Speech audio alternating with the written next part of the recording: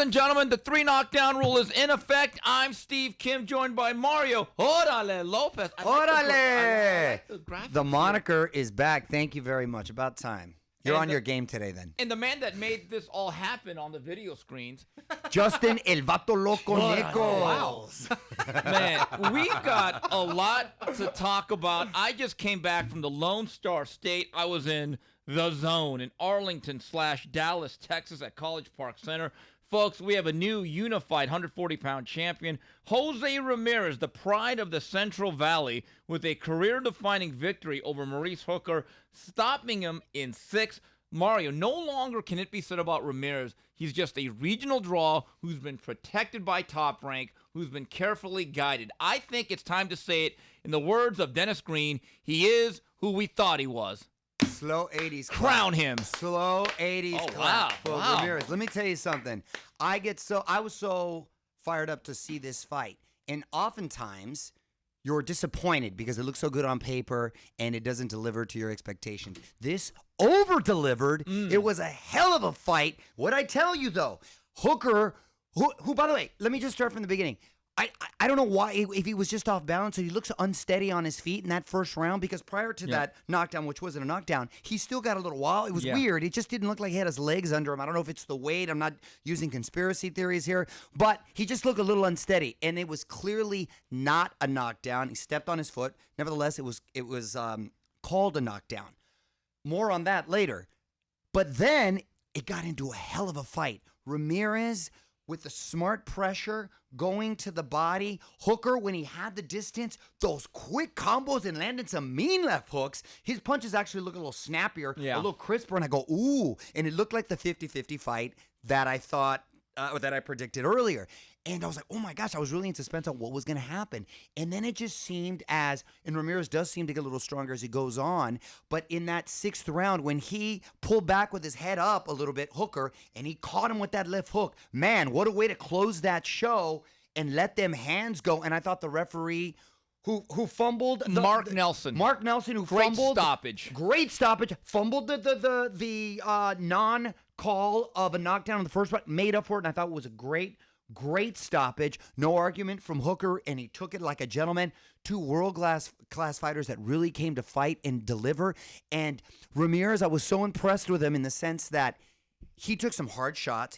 The dude, I think one of his best attributes is his chin. He's got a great chin. Relentless, stuck to that game plan. That was a dangerous opponent. And we talk often about it's not how you win, but the way you win and the way you look doing it. And he looked really, really impressive and dangerous and like a serious player in this very talented, deep weight class. Now, I want to talk for a second. Let's assume, and I know it's always Monday morning quarterback, had that fight gone on, had he not closed the show in the 6th round, and had it gone the distance, it looked like it was a very close fight back and forth. And it would have been so unfortunate in looking back that if that knockdown would have been the difference, because it could have been a difference, because it looked like kind of fight that could have been 6 rounds each, right? I wrote about that the nightmare scenario is, let's say it plays out, and I'll be honest, I thought it was either 4-1 or 3-2 for Ramirez, but Ramirez expended a lot of energy in the first half of the fight.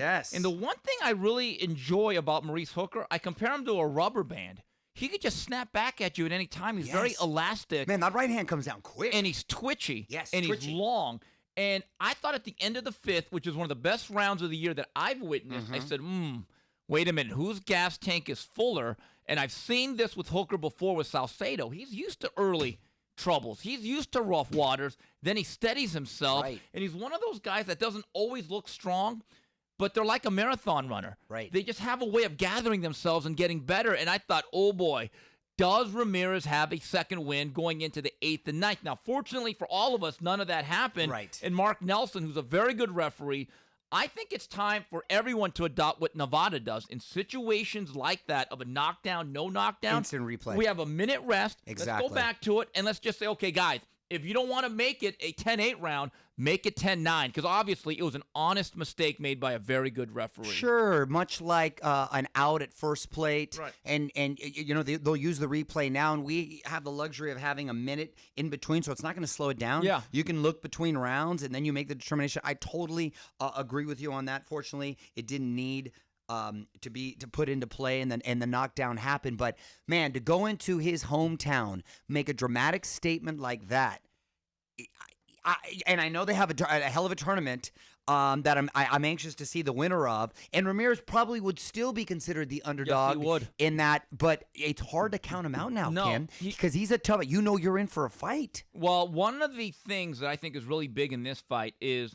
last year after he won the title against Amir Imam, his WBC belt, he didn't feel really fulfilled at Wild Card and Freddie Roach, and he made the decision to go to Riverside in the Robert Garcia Boxing Academy. Which is rare because you don't usually leave when you're winning and you're on top. If it ain't broke, don't fix it. Don't fix it. And Robert Garcia, this is what he had to say about the big victory and guiding Jose Ramirez to another championship belt. Robert, how satisfying is this win given the fact the execution? It seemed to me like everything I saw 2 Fridays ago, you guys did it tonight. Well, we had a great game plan. Everybody in the team did their job. Sparring partners were awesome. We're very happy, and things worked out the way we planned them. Was the head movement key? Was that something you stressed throughout? We had to. Every minute I was reminding him, keep moving your head, keep fighting smart in and out, and then we had to surprise him with those attacks. We couldn't just start off with attacks right away because he was going to get comfortable and he was already going to figure us out. So it was a matter of just little by little, time by time, and then get those attacks going. Robert, the 5th round really ended well for you guys, but it was a battle. Even the rounds you were winning were close.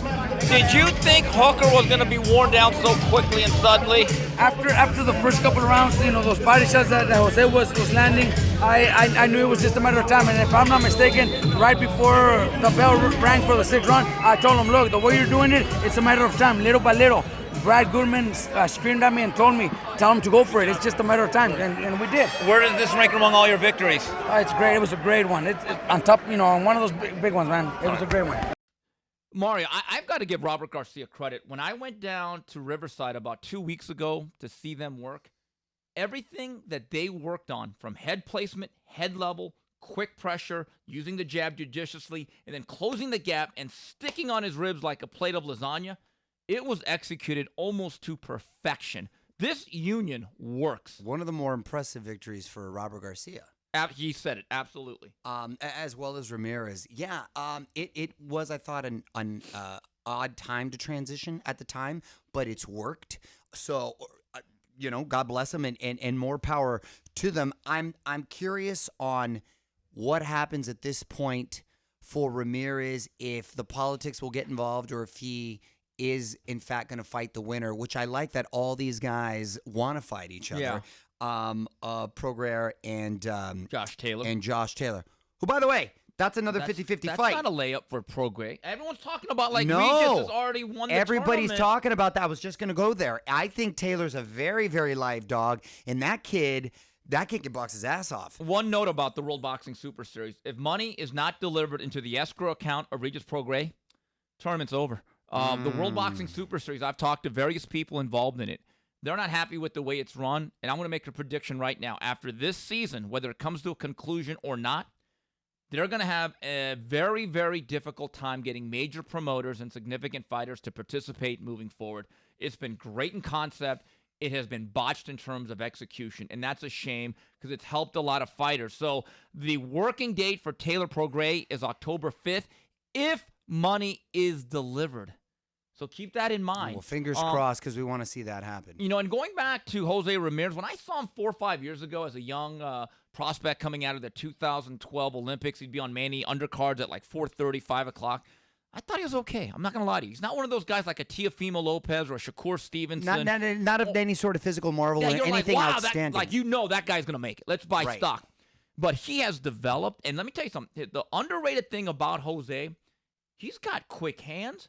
And he's got a boxing IQ, and he has some quickness with his feet. He's using pivots now. You know what was very impressive in that he fast, too? He has developed very well. Exactly. And that jab. He was timing that jab, and that was a hard, stiff jab, snapping that head back. Right. I was like, oh, that was impressive. And he's one of those guys, too, that is a hard worker. You know he's disciplined. He's got a lot of heart. And like I mentioned earlier, great chin. Tough kid. Yeah. Tough kid. So he's going to be He's one of those guys that's better than the sum of his parts. Correct. The whole of Jose Ramirez is better than if you add him up attribute by attribute. Robert Garcia said something very interesting I think you might appreciate. I asked Robert, why does it work between you two? Why is there a chemistry? And he basically said, because my family were migrants too. He goes, my dad worked in the fields like his dad did. So there's this almost like this Mexican understanding that we're kind of like the same type of people. And I thought that was real interesting, that the mentality and the background of theirs just kind of mesh. And that's no knock on Freddie Roach, because Jose's very complimentary of Freddie. But sometimes certain guys just fit together like a hand in glove. Well, I'm sure that's what helped the assimilation. And yeah, listen, it's nice to see that it's working for them, and I'm excited to see the future and what it holds for those guys. Mario, Tevin Farmer won this fight easily against Guillaume Franois. And and he's going to fight Joseph Diaz next, which I think is the proper fight. I have to be honest with you. I like Tevin Farmer personally. I think he is skilled. I think he is slick. But the crowd, the way they reacted, it was not about the decision. We all know who won the fight. It's an interesting dichotomy in a sense that I've always said fighters can fight the way they want. It's their brains, it's their bodies, it's their health. But the audience doesn't. But the audience who pays, they have a right to say, wait a minute, we don't like this. Like if you go to a restaurant, that chef can think it's the greatest meal I've ever cooked. But if you get salmonella poisoning, you're probably going to give it a bad Yelp review. He's the kind of fighter that needs a good dance partner. Yes, can't be a solo act. Can't be a solo act. Needs a good dance partner to complement him. I'm surprised this fight was made only because I assumed that Diaz, and I was hearing that Diaz was going to have the rematch with Cancio prior. Right, but Cancio, here's the thing, has a mandatory with the WBA with Rene Alvarado. Okay. So keep that in mind. And that's probably going to happen sometime in the fall. Right, but that's a fun little... It is. I'd love to see that. I love the little round robin there. Yes, certain guys are what I call Whitney Houston, like a Golovkin or any other power puncher. They could be a solo act. Certain guys, like you said, they need the dance partner. Moving on, Saturday, it was showtime from Baltimore, Maryland. Over 14,000 in the house to see the homecoming of the Tank. Gervonta Davis, who retains his version of the WBA 130-pound title by blowing out Ricardo Nunez in 2. I'm going to walk something back that I said on Twitter. I said Harvey Dock, who I think is a very good referee, panicked on that stoppage. You know what? Based in light of what has happened recently, and given the fact it's in that same jurisdiction, right? You know what? Sometimes, at least for the moment, discretion is the better part of valor. The shame of it all is, I thought Nunez was a pretty solid fighter, tall, lean, good skills. Well, that's the thing, Kim, is that he came in looking really confident. You're like, wow, he looked strong. I was like, oh, this kid could fight. And then he can crack a little bit. Then he got cocky. He got a little cocky. Didn't protect himself on that break. Got caught with that left hook. I thought the ref did, step in there maybe a hair, but I hate to be the referee that allowed it. Yes, to go too long. I'd rather a hair too soon, especially in light of what's been going on, than a hair too late. But man, I was really hoping to see Tank get tested and to see him in some deep waters. And it looked like that kid had the potential to do so. That guy looked confident. He was very good fundamentally. He was straight down the middle. Right. One thing I've enjoyed about Tank is that I think he's the best blend of technique and personality in a sense. Man, he has mean intentions with every punch. He does. Just quick hands, mean intentions. He seemed, at least in the post interview, to be a little more mature too. Yeah. I was concerned with the belly in between fights. Yeah. So, who knows how long he can continue to make that weight. But, yeah, there's a lot of fun matchups there, too. He is skilled, and he has an unbelievable fighter's mentality.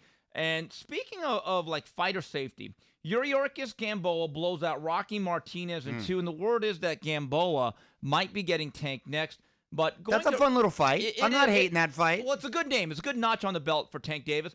But Rocky Martinez, and we're talking a lot about fighter safety recently. I'm going to say it right now. If you allow him to fight again, whoever is responsible for that, boy, I hope you are accountable for the consequences. Because Rocky Martinez at one time was a very tough, solid guy. His punch resistance is gone. That's the type of guy you really have to kind of red flag and say, be very careful if you're going to use him again. We were talking about the mentality having to change, and you're right. That comes from managers and promoters as well. Yeah, and we'll talk a little bit more about that later. Moving on, the 3 knockdown rule with Mario Lopez and Steve Kim. This Saturday night, the PBC on Fox from the Barclays Center in Brooklyn, New York. We have a triple header. Heavyweights in action. Adam Kownacki takes on old veteran Chris Arreola. Welterweight battle. Andre Berto takes on Miguel Cruz. And then light heavyweight clash. Marcus Brown takes on Jean Pascal. Mario, Chris Arreola. 38 years old. A lot of tread on that tire. A lot of tread. Do you give him any shot against this lively Polish heavyweight that doesn't look like much, but he fights better than he looks? I mean, I got to be honest. I'm surprised Arreola is still hanging around the scene and fighting at this level. Good for him, I think. I mean, we were talking about when to call it and it getting dangerous, and it becomes even more dangerous when you got heavy-handed heavyweights like these guys. Listen, I know he's a tough guy, but yeah, I'd watch this one with a close eye as well. And Arreola doesn't have powerful hands. He's a tough, strong kid, but he's not necessarily powerful. So as far as a puncher's chance, which usually translates as getting lucky, and which I don't like, by the way, he could make it competitive, but I think it's going to be a tough hill to climb. Chris Arreola is going still. He is continuing his career, and now he's under the guidance of noted trainer Joe Goose. And this is what he had to say as I spoke to him a couple weeks ago at the 10 Goose boxing gym. Chris, as you face Adam Kownacki, August 3rd on Fox in Brooklyn, New York, is this last chance, Phil, for Chris Arreola? Absolutely. It is my last chance, man. That's how I feel. That's what I've been feeling since my comeback in December. Is like, I lose, I look bad, I retire, man. This is one last go-around, and got to make it count. I was under the impression after the Wilder fight, you took off a long time. Now, clear this up. That was not a retirement. That was a hiatus. What was going on in your life, and what was your mindset at that point as it related to boxing? I was chilling, man. I was honestly just relaxing in my house. And let's just get this straight, man. I broke my ankle March 4th. All right? I got out of the cast in the middle of May. Somewhere around May. In 2016. In 2016. Yeah. Then I got a phone call saying, hey, you want to fight Wilder? Yeah, sure. 6 weeks later, I'm fighting Wilder for the World Heavyweight Championship, right? I basically came out of my couch. I was sitting on my couch with a broken ankle. I came in there and I gave him what I could. And after the fight, I wasn't as dejected because, you know what? It's Wilder, one of the best heavyweights in the world. But in all honesty, I was just home, just resting. I was watching boxing, and luckily, while I was resting at home, boxing seemed to pass me up. Boxing, especially the heavyweight division, it started making noise, and it's a perfect time for me to come back. While the heavyweight division is relevant again. There's an old saying, absence makes the heart grow fonder. So during this extended time off, did you actually say to yourself, I do miss the grind? Yeah. As crazy as it sounds, I miss the fight, the actual fighting another opponent, the actual feeling alive, I guess. Because you're sharing the ring with somebody that's trying to break your head, break your neck, take you out, and at the same time you're doing the same, and after you're done, you shake hands. It's a religious experience, per se. Adam Kownacki, this looks like it's going to be a shootout. Do you see it any other way? Nope. That's exactly what it's going to be. I think it's going to be a battle of mights, a battle of hearts, a battle of attrition. It's going to be who's going to give. The main thing that I respect most about Kownacki is the fact that he has an extensive amateur experience.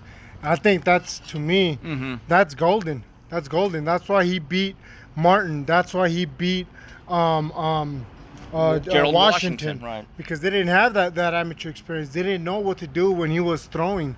They put their hands up, and this guy keeps throwing. So he has a little bit of still amateur in him. When it was announced that you weren't going to be with Henry Ramirez anymore, which, by the way, you guys are still friends, but he wasn't going to be your trainer. That's like that old line from Boomerang. It's like worse when the Fat Boys broke up. Did it even surprise you, or does it even surprise you now that, wow, Henry's not in my corner? And do you feel as though that this move was actually overdue as you think about it? Many people say, friendship gets in the way, and it probably did. I was giving them the benefit of the doubt a lot of the times, the training and stuff like that. A lot of times it was my fault, it's vice versa, It is what it is. Long time coming. And the thing is, he's still my friend. He's still a really good friend of mine. And, You know, I got a lot of love for him. We came through the boxing ranks together, and I wish him nothing but the best. You know, that's why I still want him in my corner. Joe Goosen is your new trainer. You guys seem to click, not just personally, but also from a philosophical standpoint of boxing. Why do you think this works, this particular relationship? He's pretty old school, man. Very old school. One of the things that bothers me a lot is seeing kids coming and beating the bag or beating a speed bag for no reason. It may sound stupid, but I love that Joe's like, hey, get off that machine. You know what I mean? I love it because you know what? That's our equipment. Yeah. That's our tools. Yeah. You know, don't fuck with this shit. If you're gonna do it right. Don't fuck with it. And you know, going to a public gym or going to someone else, you know, people just beat the crap out of equipment. You don't even get no fun out of enjoying yourself because there's someone else just beating the crap out of it for no reason. Mm-hmm. And not only that, he's very old school.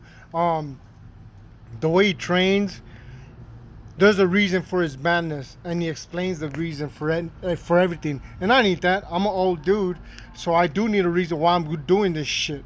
You know what I mean? Why am I doing this? I'm that grumpy motherfucker. Like, I know what I'm doing. Why am I doing it, though? So he tells me, breaks it down. I'm like, all right, cool, let's get it down. Yeah, Mario, looking at this fight, I believe that Kownacki, who's one of these guys who doesn't, look, he'll never make the cover of Flex magazine, as I like to say, but he's got natural fluidity. He's kind of like the Polish version of Andy Ruiz in a sense that he's very fluid, fast hands, and he can weave together combinations. I think it's very important for Arreola to kind of settle into the fight. And I agree with you. After Arreola lost to Deontay Wilder in 2016, he took more than a year off. I thought it was actually a retirement. If you would have said, Steve, in 2019, not only will he be fighting, he'll be headlining on Fox. I would have given you 1,000-1 odds. I hope he's getting paid well. Yeah, he is. Saturday from Belfast, North Ireland on ESPN+. Featherweight hopeful Michael Conlan takes on Diego Alberto Ruiz. And all I have to say is one thing to Michael Conlan, a guy that I really like, a young man I got to know when he began his career out here under the guidance of Manny Robles. Michael, you know I like you, but I have to keep it real. Your entrances are more entertaining than your fights recently. Stick your nose into a pile and make a fight, please. Get to work. Not for me, but for you. News and notes. Mario, last week, remember how we lauded Dillian White as being this entertaining, crowd-pleasing heavyweight, that he's top 5, that we're aboard the bandwagon. Yeah, your boy got popped. Yeah, then about 4 hours later, it came out on Twitter that he reportedly failed a drug test prior to his fight with Oscar Rivas. And now Bob Arum. This is a funny back and forth. Bob Arum, who's bringing a fighter to the UK with Vasily Lomachenko against Luke Campbell, says he has concerns over if there's going to be a level playing field on August 31st. This is what he told me over the weekend. I am very, very concerned because, you know, when I came up in boxing, and for most of the time I've been in boxing, the BBC, the British Board of Boxing Control, which is a private organization supported by the promoters in England, has been a beacon for integrity. And what happened in the Dillian White-Rivas fight gives me a lot of concern. And it appears to me that the BBC can no longer be counted on for integrity to impartially regulate a fight. So I'm going to do whatever I can to protect my fighter. And that includes going to the 3 organizations whose belts will be up on August 31st to ask them for hands-on supervision. And if I have to, I'll appeal to the new Prime Minister, Boris Johnson, to have a government group from the UK supervise the regulation of the fight, supervise the way the BBC regulates the fight. Because what happened in the Dillian White-Rivas fight is an absolute disgrace. Bob's got connections in high places, huh? I love it. Boris Johnson. How about Queen Elizabeth? Do you think that's a better way to go about it? Well, you know what? Isn't this the second heavyweight now with Baby Miller and now White to get popped under Eddie Hearn? I mean, well, Eddie wasn't the guy. lead. Well, remember, Eddie had signed him to a deal, but it really wasn't his fighter. Now, in all fairness, this is what Eddie Hearn had to say in response to Bob Arum. He doesn't have concerns. He's just getting sound bites, trying to cause a little bit of trouble. Bob Arum's had plenty of fights in the UK before. There is no concern about the British Boxing Board of Control. They are one of the most stand-up commissions that we've worked with internationally. In fact, I think what Bob needs to focus on is other commissions that he's working on and events that he's involved with, testing around other events, and also medical situations around events that he's involved with as well that are out of his hands but that need to be improved.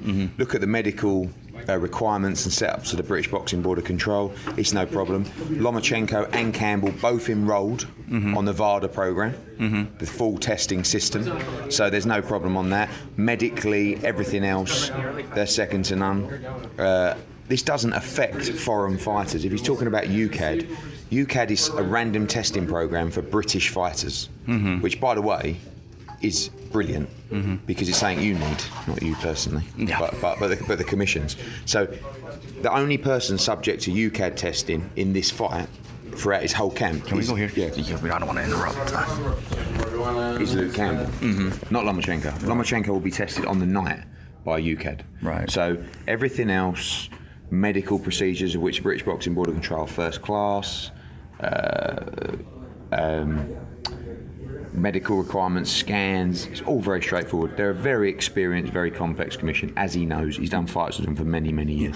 Mario, though, on a serious note, though, I enjoy the back and forth thing. I think it's a lot of fun banter. On a serious level, it's interesting. The UCAD, the UK anti-doping, catches Dillian Whyte, and then they have a hearing.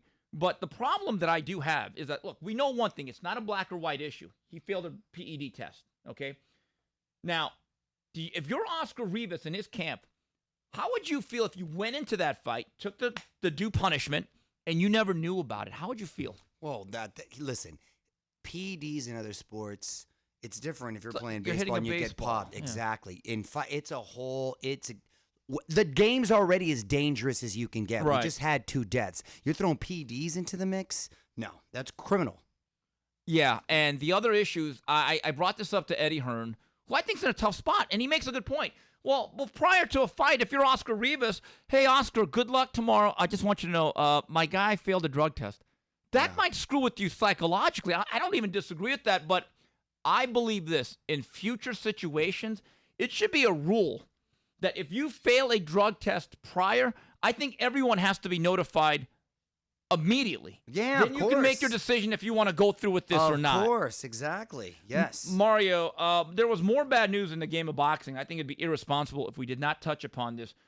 Hugo Alfredo Santillan, 23 years old, died after a fight in Argentina. Mario, I saw the footage of the decision being read.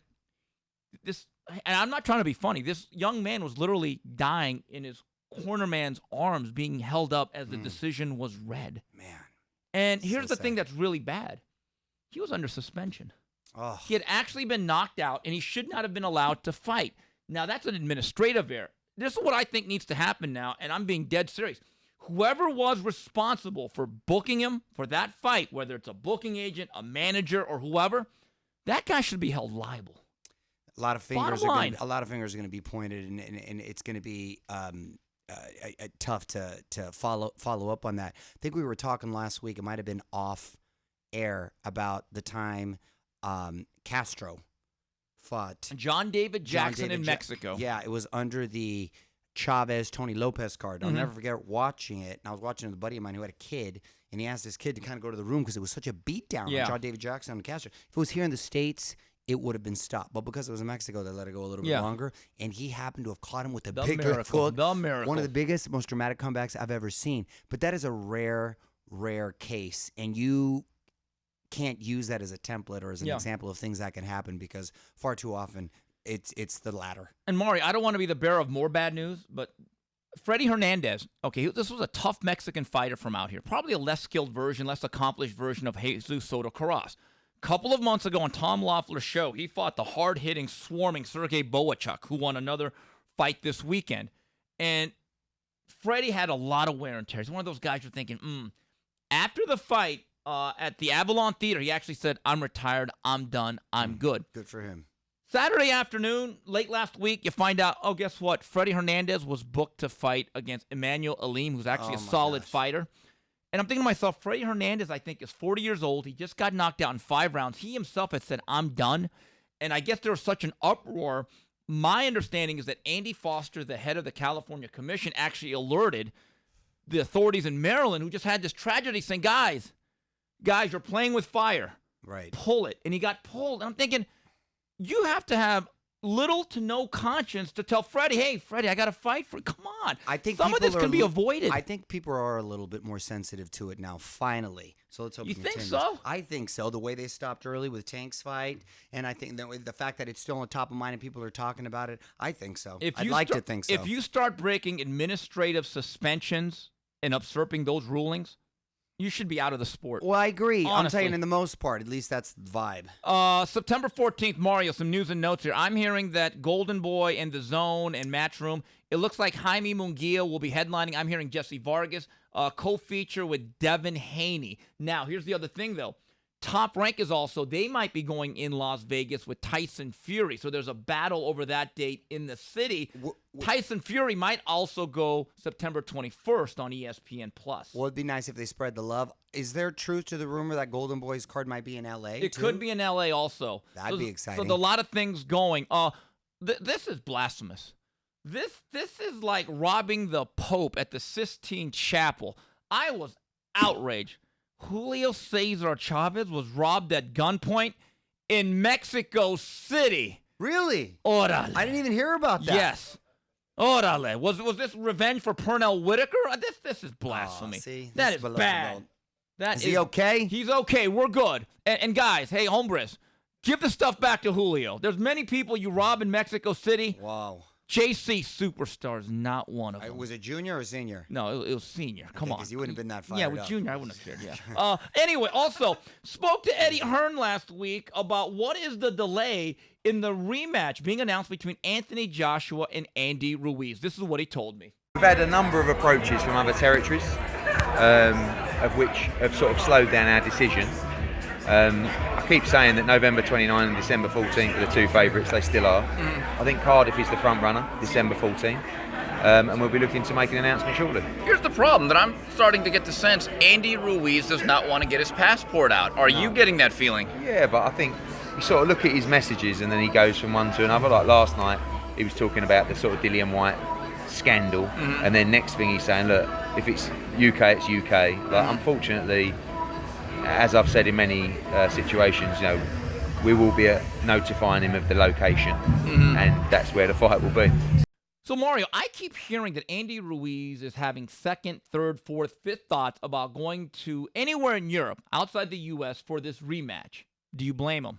I don't blame him, especially that he was victorious in this last fight. However, playing devil's advocate for a second, let's assume he does go there, and let's assume he doesn't get the decision. Doesn't he still sort of win in that there would be a need for a tiebreaker there? Yes. Right? So it's sort of a win-win in that and you have to understand, scenario. the rematch clause, the terms are already set before the first fight. Right, so he's got to honor. So he honored that. Listen, Right. if he's not happy with that deal, he needs to talk to Al Heyman and his representatives and say, Right. guys, why didn't you negotiate a superior contract? I think he's sort of in a win-win situation. Look, if he goes there and wins, obviously it's awesome. Even if he loses, but Right. shows he's competitive, which I think he will be, and I actually think he can pull it off again. Well, then, and then they steal it from him, let's say, and he's Right. victorious. So it's a win-win-win. Right. And look, at the end of the day, if you're Andy Ruiz, would you rather fight Anthony Joshua immediately or down the line? No. I'd say I want him right immediate. away. Exactly. I want him right away. Going to the Ask Mario segment of the 3 knockdown rule from Ken Haken. Any chance of Bud Crawford going back to 140 as a division seems to be heating up, and PBC Walter's concerned with traffic issues wrong side of the street. Mario, here's what I think. Whoever comes out of the 140 scrum, I don't think he's going back down in weight at age 31, but I believe the 140s will be going up to Bud. That's what I think is going to happen. Yeah, I think any of those in the 140, I still favor Bud. I still favor Bud, too. and I like Bud a lot. Corey Blucas, if you could take over as Gervonta Davis's promoter/manager, what upcoming fights are you scheduling for him on what networks? Pay-per-view, FS1, Showtime, etc. And did Ramirez convince you that it'll be a toss-up or close to it versus the winner of Prograis Taylor? Well, I'll take the second question. Right now, Jose Ramirez may not beat anyone or everyone, but no one will have an easy time with him. Let's just put it like that. No, and I give him a real solid shot on the winner there. Yes, he'd be the underdog, but that's a real fight. As far as Gervonta Davis, gosh, if there was no politics, there's so many good fights to be made right Well, there. they got to get the Twitter beef ended. Him and Tevin Farmer have been going back and forth. Yeah. It's a great East Coast battle. Philadelphia, Baltimore, having in Atlantic City. There's a lot of heat. Yeah, yes, I'm not opposed to that, but I'd much rather see him in there with like a Cancio. You know, like I agree. Like what a rugged. What a style matchup. Yeah, just stylistically, a guy heavy hands. It's not going to be intimidated, and he could take a great shot. That's more of a fun fight. For me. like Gervonta. I know a lot of people. No, I like him. I like him too for the lack of strength of schedule. I'm not one of these people that think Lomachenko automatically beats him. I'm seriously. Would I favor Lomachenko about 2-1, 2.5? Yes. But if there's a guy that's going to really give him a test at 130, I believe it is the Tank from Baltimore. Do you still like Teofimo over Tank? Yes, I do. Because he's bigger. He is bigger. Not substantially. Right. Let's assume Tank goes up. I still like the fact that Teofimo is not facing a 6-foot windmill like he did last week. Okay. Size and stature go hand in hand. Fair enough. And they matter. Here's one from Kirk Swell.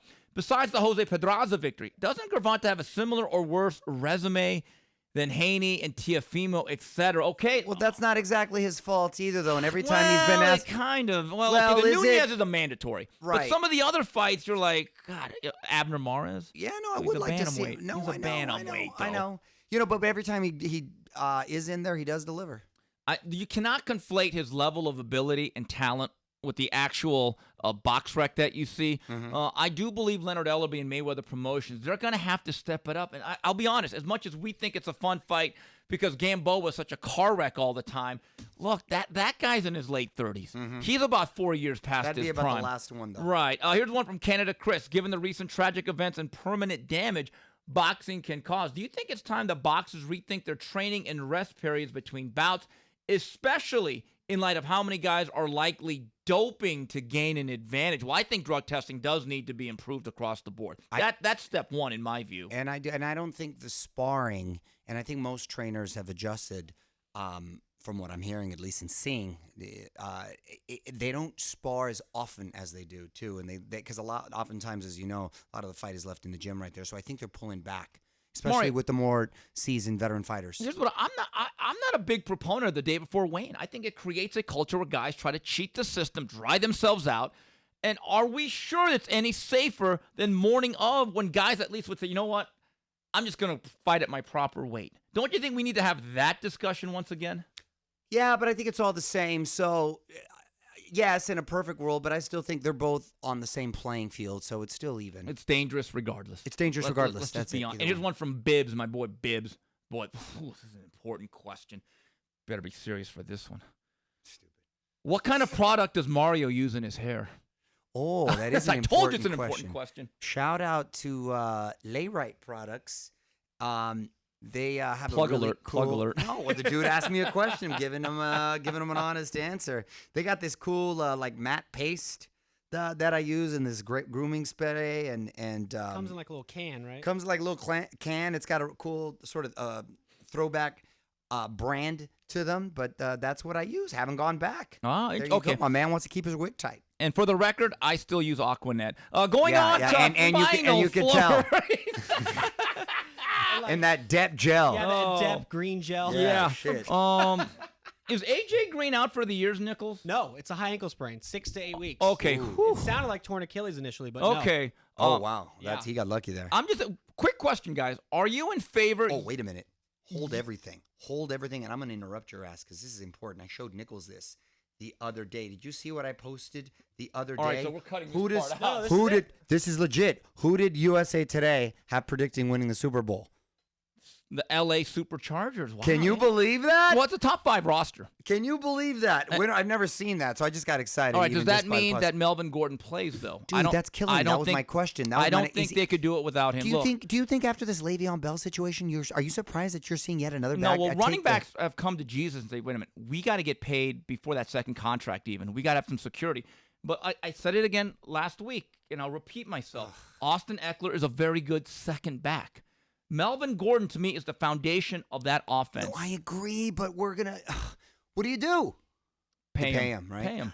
You're running out. The Phillip Rivers era is going to end in a year or two. Text your boy. You know the owner.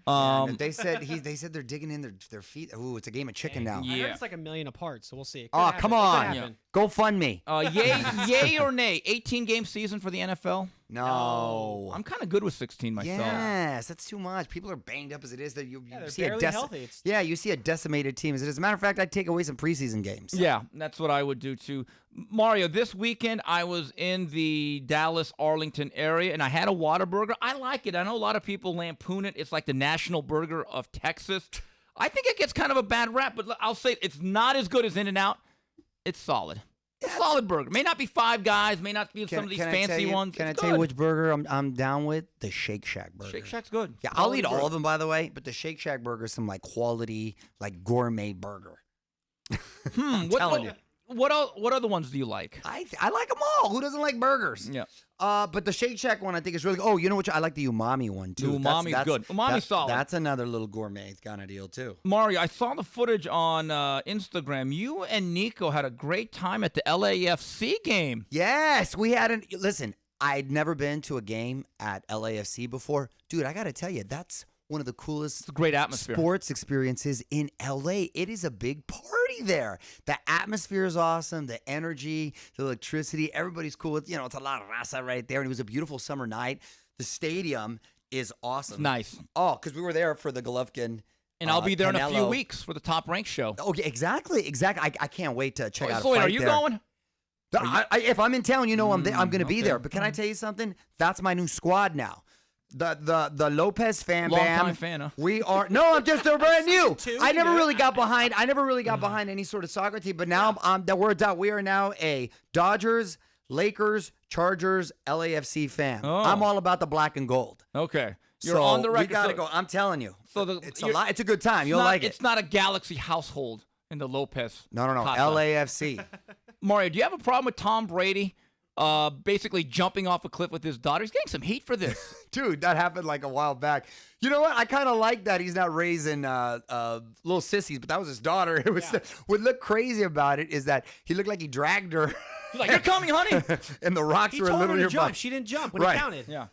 She better listen to him next time. Then no. That's why fatherhood's so important. Yeah. No, I don't have a problem with him. I didn't have a problem. I thought that was cool. All right.